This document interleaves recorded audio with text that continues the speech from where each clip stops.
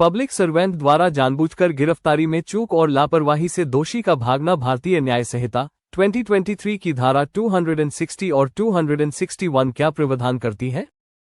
पूरी जानकारी इस वीडियो में। यदि वीडियो अच्छी लगे तो सब्सक्राइब, शेयर और कमेंट करें। साथ ही यदि video Twitter, Facebook page and Instagram पर देख रहे हैं तो फॉलो करें। भारतीय न्याय संहिता 2023 जिसने भारतीय दंड संहिता यानी इंडियन पीनल कोड का स्थान लिया और 1 जुलाई 2024 से लागू हुई, में पब्लिक सर्वेंट यानी लोक सेवक के लिए विशिष्ट कर्तव्य और जिम्मेदारियां निर्धारित की गई है। ये संहिता विशेष रूप से उन मामलों पर ध्यान देती है जब पब्लिक सर्वेंट किसी अपराध के दोषी या न्यायिक हिरासत यानी कस्टडी में रखे गए व्यक्ति को कानूनी तौर पर सुरक्षा में रखने में विफल रहते हैं। धारा 260 और 261 ऐसे मामलों से निपटने के लिए बनाई गई है जिनमें या तो पब्लिक सर्वेंट जानबूझकर किसी दोषी को पकड़ने में चूक करते हैं या लापरवाही के कारण दोषी को भागने देते हैं।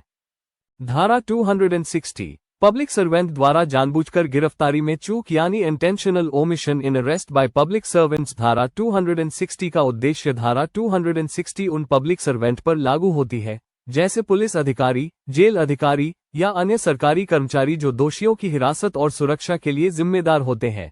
ये धारा तब लागू होती है जब कोई पब्लिक सर्वेंट किसी न्यायालय द्वारा दोषी ठहराए गए व्यक्ति को गिरफ्तार करने में जानबूझकर चूक करता है या उसे भागने देता है। इस प्रावधान का उद्देश्य ये सुनिश्चित करना है कि पब्लिक सर्वेंट कानून का पालन करते हुए दोषियों को हिरासत में रखे। गंभीरता के आधार पर सजा धारा 260 में सजा का निर्धारण उस अपराध की गंभीरता पर निर्भर करता है जिसके लिए दोषी को हिरासत में रखा गया था या गिरफ्तारी की जानी थी।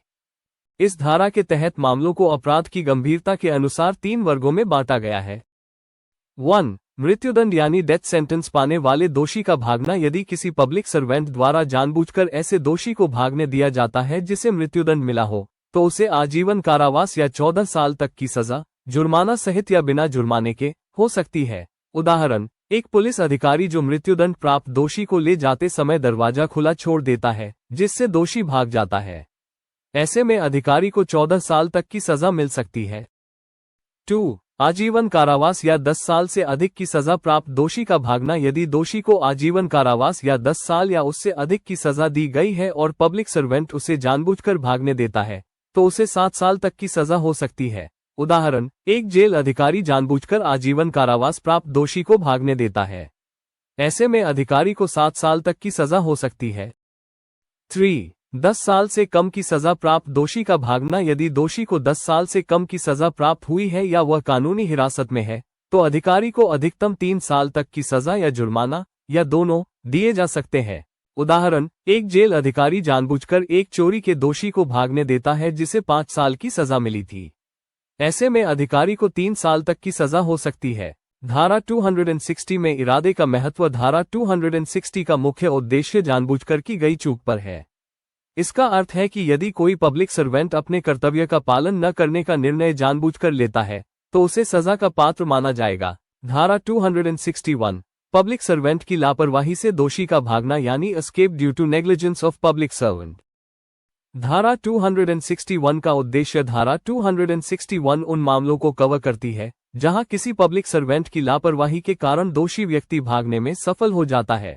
इस धारा का उद्देश्य ऐसे पब्लिक सर्वेंट के खिलाफ कार्रवाई करना है जो अपनी जिम्मेदारियों में ढील देते हैं जिससे दोषी व्यक्ति जेल या हिरासत से भाग सकता है। चूंकि ये जानबूझकर किया गया कार्य नहीं है बल्कि लापरवाही के कारण हुआ है, इसलिए इस धारा के अंतर्गत सजा अपेक्षाकृत कम होती है। लापरवाही से दोषी के भागने पर सजा। अगर किसी पब्लिक सर्वेंट की लापरवाही से दोषी भाग जाता है तो उसे 2 साल तक की साधारण सजा या जुर्माना या दोनों हो सकते हैं। उदाहरण, एक जेल वार्डन गलती से किसी दोषी के सेल का ताला बंद करना भूल जाता है और दोषी भाग जाता है। ऐसी स्थिति में वार्डन को धारा 261 के तहत अधिकतम 2 साल की सजा मिल सकती है। धारा 261 में लापरवाही का महत्व। धारा 261 का ध्यान लापरवाही पर है। इसका मतलब ये है कि अगर कोई पब्लिक सर्वेंट की असावधानी से दोषी भागता है तो ये धारा उस पर लागू होती है। ये जानबूझकर की गई चूक के बजाय ध्यान की कमी के कारण हुई घटना को दर्शाती है। धारा 259 और 260 के बीच अंतर। धारा 259 और 260 दोनों ही पब्लिक सर्वेंट की जिम्मेदारी को लेकर बनाई गई है, लेकिन इनके बीच कुछ मुख्य अंतर है। गिरफ्तारी का कर्तव्य, धारा 259, बनाम हिरासत में रखना, धारा 260। धारा 259 उन पब्लिक सर्वेंट पर लागू होती है जिन्हें अपराध में सम्मिलित व्यक्ति को गिरफ्तार करने का कर्तव्य सौंपा गया है, चाहे वह दोषी हो या आरोपी। धारा 260 उन व्यक्तियों पर ध्यान देती है जो पहले से न्यायालय के आदेश या कानूनी हिरासत में है। अपराध की गंभीरता के अनुसार अलग अलग सजा। दोनों धाराओं में सजा अपराध की गंभीरता के अनुसार निर्धारित होती है, लेकिन धारा 260 में मृत्युदंड या आजीवन कारावास प्राप्त दोषियों के भागने पर अधिक कड़ी सजा निर्धारित की गई है। धारा 260 में जानबूझकर की गई चूक बनाम धारा 259 में गिरफ्तारी का कर्तव्य। धारा 260 का मुख्य उद्देश्य उन मामलों को ध्यान में रखना है जिनमें पहले से हिरासत में लिए गए दोषियों को जानबूझकर छोड़ दिया जाता है। धारा 259 में उन पब्लिक सर्वेंट पर ध्यान दिया जाता है जो कानूनी रूप से किसी अपराधी की गिरफ्तारी का पालन नहीं करते हैं। धारा 260 और 261 का न्याय प्रणाली में महत्व। धारा 260 और 261 भारतीय न्याय संहिता 2023 के महत्वपूर्ण प्रावधान हैं।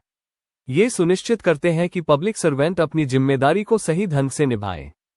उक्त धाराओं के माध्यम से न्याय प्रणाली की सुरक्षा और ईमानदारी को बनाए रखने में मदद मिलती है, ताकि कोई दोषी व्यक्ति कानूनी प्रक्रिया को दरकिनार कर भाग न सके। फिलहाल लिए दीजिए इजाजत। लॉ फर्म टीम की ओर से बहुत बहुत धन्यवाद।